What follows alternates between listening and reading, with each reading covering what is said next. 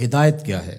ہیا ارات الطریق، ایک تو ہے راستہ دکھلانا، جس کو راہ نمائی کہتے ہیں، نمودن سے دکھانا۔ کسی نے پوچھا کہ میں نے فلاں جگہ پہ جانا ہے، تو ہم نے کہا یہاں سے سیدھے باہر نکل جانا، دائیں بائیں آگے بائی پاس آئے گا تو آپ یوں ادھر ہو جانا۔ یہ ہے ارات الطریق، راستہ دکھلا دینا، راستہ بتلا دینا۔ اس میں بھٹکنے کے امکان موجود ہے، تھوڑی سی غلطی لگ گئی تو آپ اور سمت بھی نکل سکتے ہیں۔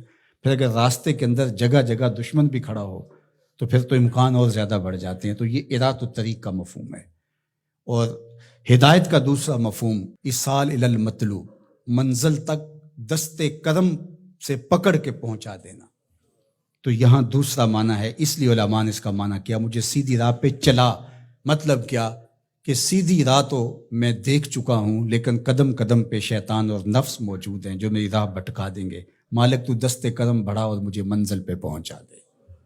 اللہ اکبر۔ تو یہ ہے ایصال الی المطلوب۔ تو ہدایت کا یہ مفہوم، اور یہاں ہدایت سے مراد وہ ہدایت جو پیغمبروں کے ذریعے سے، کتب کے ذریعے سے اللہ تعالیٰ نے حضرت انسان کو دی۔ ایک فطری ہدایت ہے، جبلی ہدایت، اور وہ اللہ تعالیٰ نے انسان کیا جانوروں کو بھی دی ہے۔ وہ بطخ کا بچہ بھی جب انڈے سے نکلتا ہے تو وہ کسی سے تیرنا سیکھتا نہیں ہے، وہ خود چھلانگ لگا دیتا ہے اور تیرنے لگ جاتا ہے۔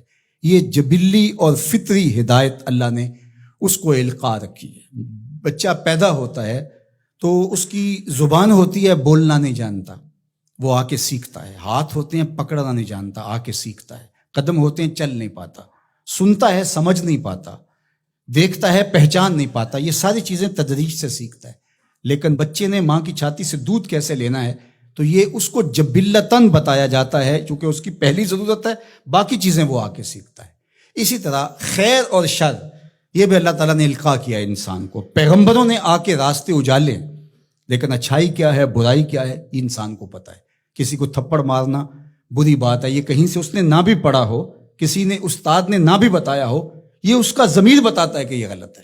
تو خیر اور شر یہ اندر تمہارا بتاتا ہے، یہ فطری اور جبلی ہدایت ہے۔ فَأَلْهَمَهَا فُجُورَهَا وَتَقْوَاهَا۔ اللہ انا ہدیناہ السبیل اما شاکرا و اما کفورا۔ یہ فطری جبلی ہدایت ہے، لیکن انسان کے لیے وہ کافی نہیں ہے۔ اس لیے اللہ کی بارگاہ میں عرض گزار ہوا، اہدنا الصراط المستقیم۔ اللہ مجھے جبلی ہدایت تو عطا کر دی، اور تو نے مجھے ایمان کا نور بھی دیا، تبھی تو نماز کے لیے یہاں آ کے کھڑا ہوں نا۔ وضو کیا ہے، مسجد میں آیا ہے، لباس پہنا ہے، ہاتھ باندھے ہیں، قبلہ رخ کیا ہے، اور پھر بھی ہدایت مانگ رہا ہے، تو پھر اس کا مطلب یہ ہے کہ یہ استقامت ہدایت پہ مانگ رہا ہے، اور ایصال الی المطلوب والی ہدایت طلب کر رہا ہے کہ جگہ جگہ شیطان موجود ہے، مجھے بھٹکا دے گا، میرے مالک مجھے منزل مقصود تک پہنچا دے۔ صراط مستقیم، سیدھی راہ۔ اس کا ایک معنی لکھا کہ الاسلام ہے، کہ صراط مستقیم اسلام ہے، مجھے اسلام کا راستہ عطا کر دے۔ دوسرا معنی اس کا بیان فرمایا کہ انہو کتاب اللہ تعالی، اس سے مراد کتاب الہی ہے، قرآن مجید ہے، چونکہ قرآن سے سیدھا کوئی راستہ ہو نہیں سکتا۔ ان ھذا القرآن یہدی للتی ہی اقوم، یہ وہ راستہ دکھاتا ہے جو بالکل سیدھا ہے۔ قرب قیامت کے فتنوں کا ذکر جب ہوا تو حضرت علی نے حضور سے پوچھا کہ حضور پہ بچنے کی صورت کیا ہے، تو برجستہ کہا اللہ کی کتاب قرآن مجید۔ تیسرا معنی انہ الطریق الہادی الی دین اللہ تعالی، یہ اللہ کے دین کی طرف جو راستہ ہے، وہ راستہ اللہ کے حضور اتنی تمہید کے بعد مانگا گیا تاکہ میں خیر کی راہوں پہ رہوں اور میری مدد نصرت مالک تیرے کرم پہ رہے۔ یہ حضرت عبداللہ ابن عباس رضی اللہ تعالیٰ عنہ کا قول ہے، اور فرماتے ہیں کہ یہ وہ راستہ لا عوج فیہ ہے، جس میں کوئی ٹیڑھا پن نہیں ہے، مستقیم بالکل، اور یہ اعتدال کا راستہ ہے، نہ افراط کا راستہ نہ تفرید کا راستہ، یہ بالکل معتدل راستہ ہے۔ اور پھر چوتھا قول جو حضرت حسن بصری اور ابو العالیہ رضی اللہ تعالی عنہ کا ہے، وہ فرماتے ہیں صراط مستقیم سے مراد ہوا رسول اللہ صلی اللہ علیہ وآلہ وسلم۔